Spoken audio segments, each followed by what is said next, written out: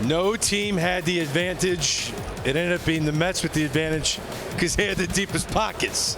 15 years, $765 million, a record contract for Juan Soto. Jon Heyman, Mark Feinsand joining me now live on MLB Tonight from Dallas. What a way to kick off the winter meetings, by the way. Real quick, details. Again, no deferred money. We already talked about that.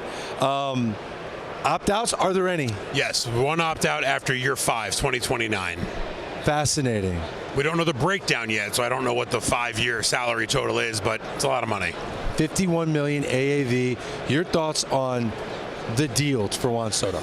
Well, obviously it's a lot of money, and Steve Cohen gets what he wants, and what he wants for the team, he's going to get it, and this is why they were favored from the beginning, even though Juan Soto's with a World Series team. He's with the Yankees. You know they're going to be big. They have the biggest revenue in baseball. But, I mean, Steve Cohen was just determined, just like he does in the art world, right? He paid $155 million for a piece of art that Steve Wynn put his elbow through.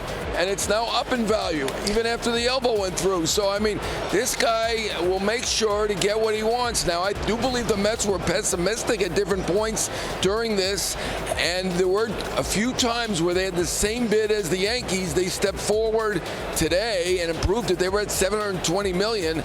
Now $765 million. I mean, this deal is enormous for Juan Soto. Biggest deal in sports history, easily. Are we connecting this deal in any way to David Stearns? I was thinking about this. David Stearns, in his 7 full seasons running the Brewers, spent just over $800 million in total payroll.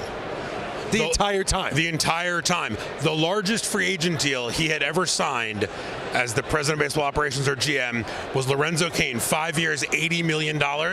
He gave out a $75 million signing bonus tonight. So if you're David Stearns right now, your head must be spinning with the numbers that we're talking about after the history that he had in Milwaukee.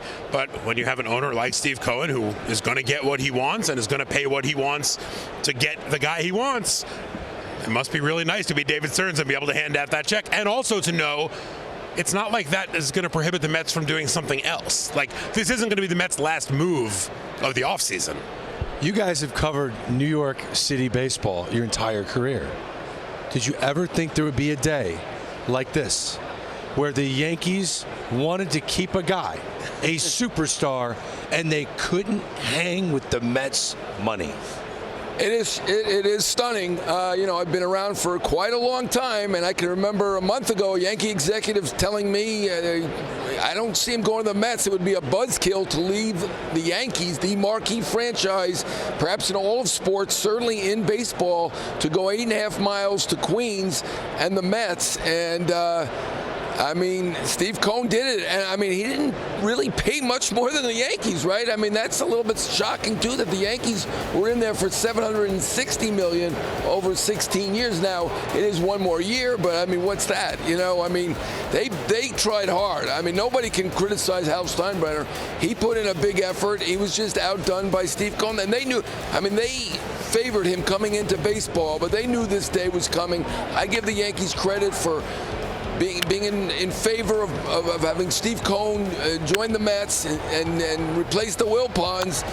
They knew this day was coming, and it's a rough day for the Yankees. I mean, they're going to pivot and get some great players, but none of them are Juan Soto. Well, John, I think the 15 years versus 16 years is big, because if he doesn't opt out, who knows what he's going to get at age 41, right, when he goes back in the free agent market. I'm kidding. I think under prior Mets ownership, you never would have seen this coming.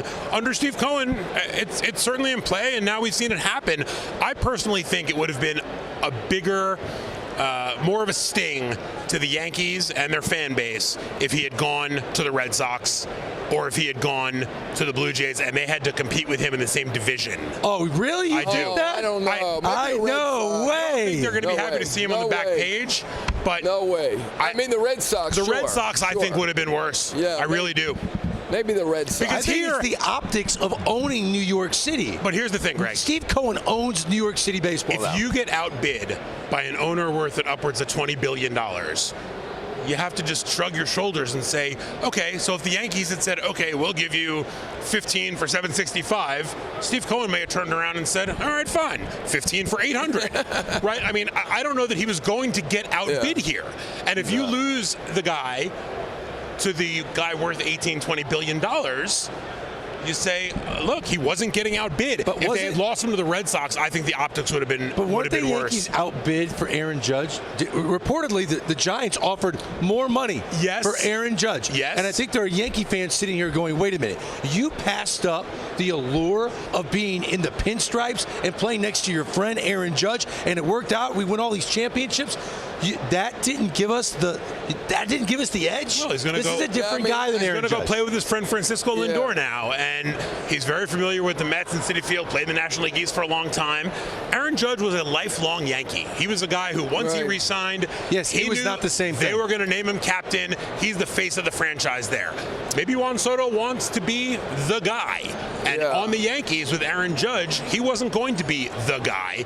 But I think it came down to the money. And honestly, we can sit here and say 760, 765, 15 years, 16 years, 51 million a year, $2.5 million more, $3.5 million more than 47.5 million a year, and that's what he ended up doing. Right. After that Game 5 debacle, Soto stood up and said, in effect, whoever wants me most. And apparently the Mets wanted him most.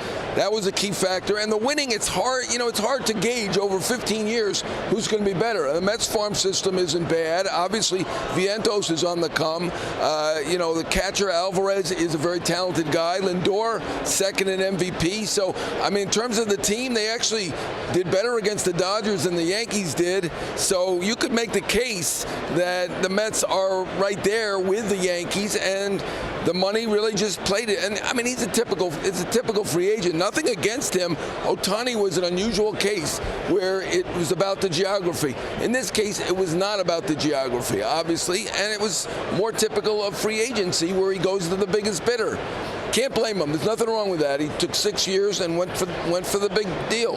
And you can make the case that the Juan Soto free agent pie chart was spot on. It was. I noticed that. It was clear, 38%.